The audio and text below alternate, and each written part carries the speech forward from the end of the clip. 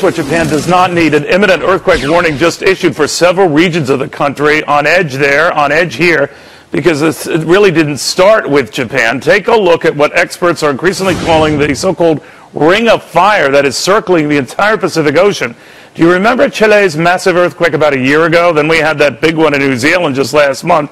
Then, of course, Japan. And if this clockwise trend continues, my next guest says North America looks to be on tap next. Don't laugh. Geologist Jim Birkeland is worried, and when he worries, you should worry too.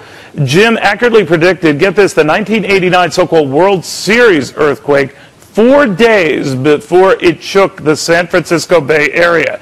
And Jim says this month is of particular concern. Why, Jim? The month of October, March, and April are the three most devastating earthquakes in terms of damage in the San Francisco Bay Area in history. And we're having, on the 19th of this month, not only the full moon, but within an hour, the closest approach of the moon until the year 2016.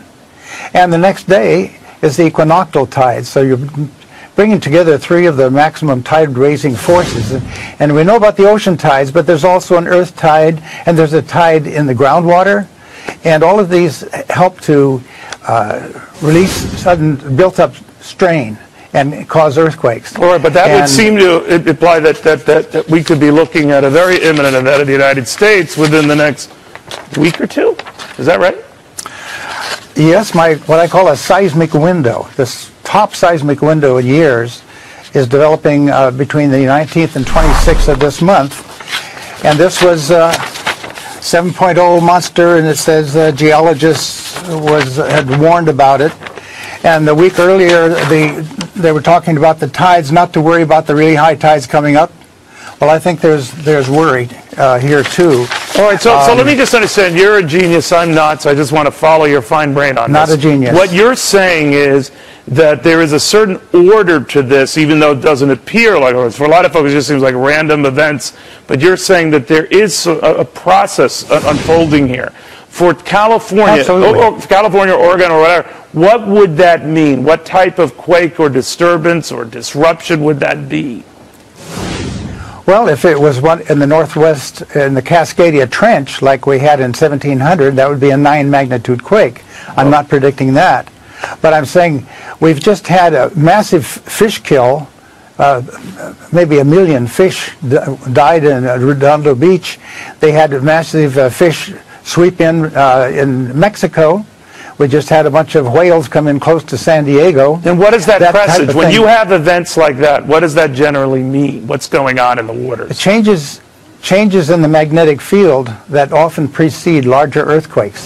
Most animals have the mineral magnetite in their bodies, including people, but it causes homing pigeons to enable them to get home. Just before big quakes, they often can't get home. There's a delay factor. And so we look for those kinds of things. Just before the World Series quake, there was a very unusual beaching of rare beaked whales in the ocean beach of San Francisco, and then just after that, a equally rare pygmy sperm whale washed up at Santa Cruz within about 5 miles of the epicenter of the World Series quake. And that kind of beaching had never occurred before nor since. So we're looking for strange fish coming from deep water into shallow water, wild animals coming into cities. I used to just scoff at these kinds of things because I was a mainstream geologist until I found out that earthquakes were fitting a pattern. The big earthquake in the Indian Ocean followed the massive beachings of whales in Taiwan, not Taiwan, but New Zealand and Australia and Tasmania. And then within a couple of days, they had a 8.3 south of New Zealand, and then came the 9.1 in the Indian Ocean with a big tsunami on the very day of the full moon.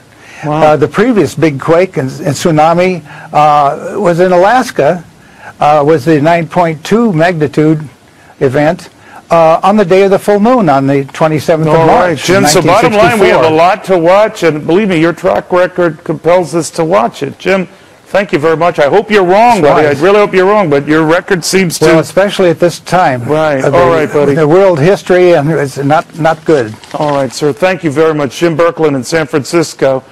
He's a pretty good geologist.